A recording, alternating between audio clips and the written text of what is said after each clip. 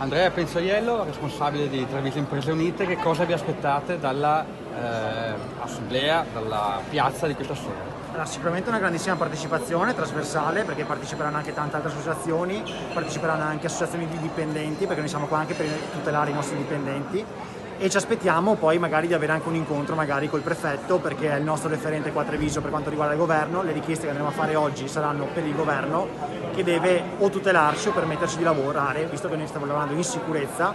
Probabilmente è più sicuro far venire la gente nei nostri locali, nei nostri negozi e lasciarci lavorare piuttosto che tapparci così le ali e lasciare la gente in strada a fare assembramenti. Voi non volete chiudere le sedi alle 18? Chiudere alle 18 vuol dire azzopparci definitivamente, senza però poterci sostenere in nessuna maniera, perché nel momento in cui ci permettono comunque una finestra d'apertura ragionevole, seppur senza indotto, non abbiamo diritto di chiedere poi nessun aiuto concreto. E quindi o ci garantiscono comunque degli aiuti come se fossimo chiusi, perché effettivamente questo è un lockdown, perché loro stanno dicendo alla gente di non uscire di casa anche se noi siamo aperti, oppure a questo punto facciamo una serrata, chiudiamo 2 settimane o quello che serve, però devono permetterci di mantenere le nostre aziende, di mantenere i nostri dipendenti e tutto quanto in tempi utili.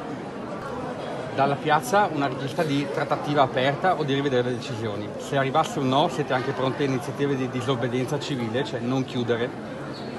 Guarda, ormai veramente la misura è colma, come ho già detto, e probabilmente qualcuno sta già pensando anche a qualcosa di più forte. Noi rimaniamo un'associazione che cerca di muoversi in maniera propositiva e pacifica, però non si può andare avanti così. Siamo pronti a tornare in piazza anche tutte le sere se servisse, e abbiamo bisogno che ci interpellino per certe decisioni, perché che qualche norma venga scritta da burocrati che non sanno le criticità delle nostre aziende diventa solamente dannoso. Quindi quantomeno che ci interpellino e che ci facciano collaborare in questa costruzione dei nuovi norme. Ok, perfetto.